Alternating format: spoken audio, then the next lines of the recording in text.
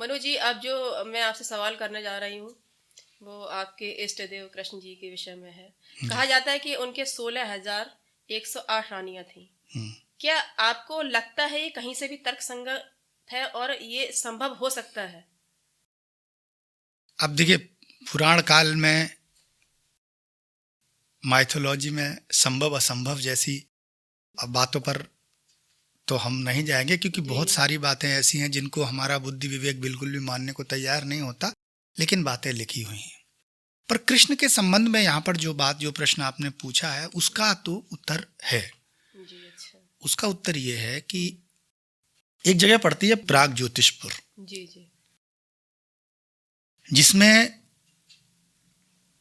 जो राजा होता है उसका नाम होता है नरकासुर। कुछ लोग उसको भौमासुर भी कहते हैं।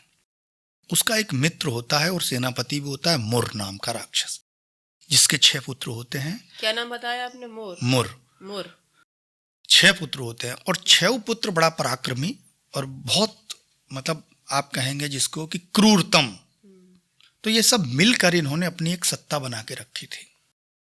एक दिन कृष्ण के पास भगवान इंद्र आते हैं और वो कृष्ण से कहते हैं कि नरकासुर ने आतंक मचा के रखा है। जी। देवताओं की किसी की मणि छीन ली है, किसी का कुछ छीन लिया, किसी का मुकुट छीन लिया है, मतलब भयंकर आतंक में कर रखे हैं उसने देवता। और तमाम राजपुत्रियां या राजपत्नियां, जिन जिन राजाओं की सुंदर हैं, जो देखने में सुलक्षणा हैं, उनको लाकर अपने यहां बंदी बना लिया है और उनके साथ अत्याचार कर रहा है। तो कृष्ण ने अपनी पत्नी जो सत्यभामा थी उनसे कहा, क्योंकि नरकासुर को यह वरदान प्राप्त था कि उसको कोई पुरुष नहीं मार सकता। अच्छा।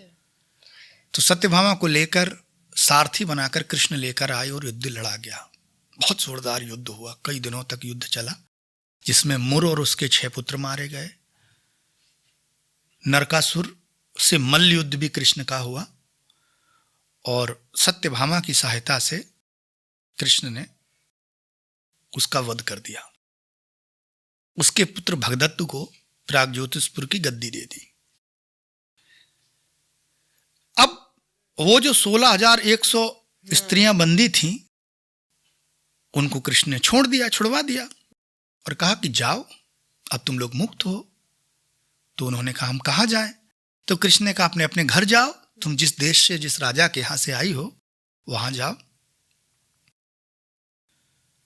तो वो गई अपने अपने यहां और कृष्ण वहीं भगदत्त के मेहमान बन के, जो उनका लड़का था, वहां रुक गए। अपनी पत्नी के साथ अपना घूमने फिरने लगे, देखने लगे राज्य की व्यवस्था क्या क्या यहाँ खराब है। अब जो वो रानियां थीं, जो राजकुमारियां थीं, अपने अपने पिताओं के घर गईं, अपने अपने भाइयों के घर गईं। वहां किसी ने भी उनको स्वीकार नहीं किया। उन्होंने कहा कि तुम तो अपवित्र हो गई हो, एक उसके साथ में हम तुमको, तुम्हारा तो मतलब नष्ट हो गया स्त्री, तो हम तुमको नहीं लेंगे। अब वो घूम फिर के फिर वहीं आ गई, कृष्ण के पास में ही आ गई। उन्होंने कृष्ण से विनती की। कृष्ण ने अपनी पत्नी से पूछा क्या किया जाए। तो सत्यभामा ने कहा कि आपको जो उचित लगे वो करो। तो कृष्ण ने कहा कि क्या मैं इन्हें अपना नाम दे दूं? तो जैसे हम लोग कहते हैं हम सब परम पिता की संतान हैं, है ना। कबीर लिखते हैं, राम मेरे पीऊ में तो राम की बहुरिया। एक मानद उपाधि उनको दे दी कि आप चलिए, हमारे रहिए, कोई पति नहीं, कोई भाई नहीं, कोई बात नहीं, आज से मुझे ही तुम अपना पति मानो। और वहां जाकर उनके रहने रुकने की सबकी व्यवस्था की। उनके साथ कोई ये वाला संबंध नहीं था कि जो उनकी 8 पटरानियों का संबंध था। जीवन यापन के लिए उन्होंने अपना एक वो दे दिया। तो वो कृष्ण के प्रति समर्पित हो गई, कृष्ण का के कामों में सहयोग करने लगी। और द्वारिका को बनाने में इसी तरह के लोगों का बहुत बड़ा योगदान था। वो 16,100 लड़कियां जब पूरी ईमानदारी से, जिनका कोई भी नहीं है संसार में, वो रात दिन जब मेहनत करती होंगी, तो द्वारिका समृद्धि के शिखर पर कोई जादू से नहीं पहुंचा था। ऐसे ही सैकड़ों लोगों को, जिनको दुनिया ने जगह नहीं दी, पनाह नहीं दी, कृष्ण लेकर आए, अपने यहां रखा और रखकर उनको इतना ताकतवर बनाया और उन सब ने फिर द्वारिका को ताकतवर बनाने में सहयोग किया, समृद्ध करने में सहयोग किया। तब जाके द्वारिका इतनी समृद्ध नगरी हुई। और उन सारे जो भी स्त्रियां थीं उनको सारे काम सिखाए गए, उनको मजबूत कॉन्फिडेंस, आत्मविश्वास उनमें लाया गया, आत्मबल पैदा किया गया, ताकि वो भविष्य में एक सुंदर जीवन जी सके।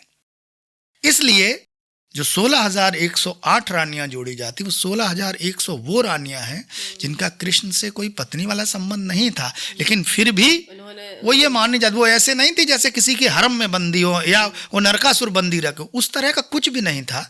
कृष्ण का उनसे आत्मिक लगाव था। उनको लगता था कि पूरे संसार में जब मेरे पिता, भाई, कुल के किसी व्यक्ति ने मुझे नहीं अपनाया, तब ऐसे में इन्होंने मुझे अपनाया है, तो ये ही अब मेरे कर्ता धर्ता, मेरे जीवन के सूत्र हैं। और अभी आपके बीच में जैसे, तो वो उन्होंने रानियों के ही शक्ल में क्यों उनको रखा?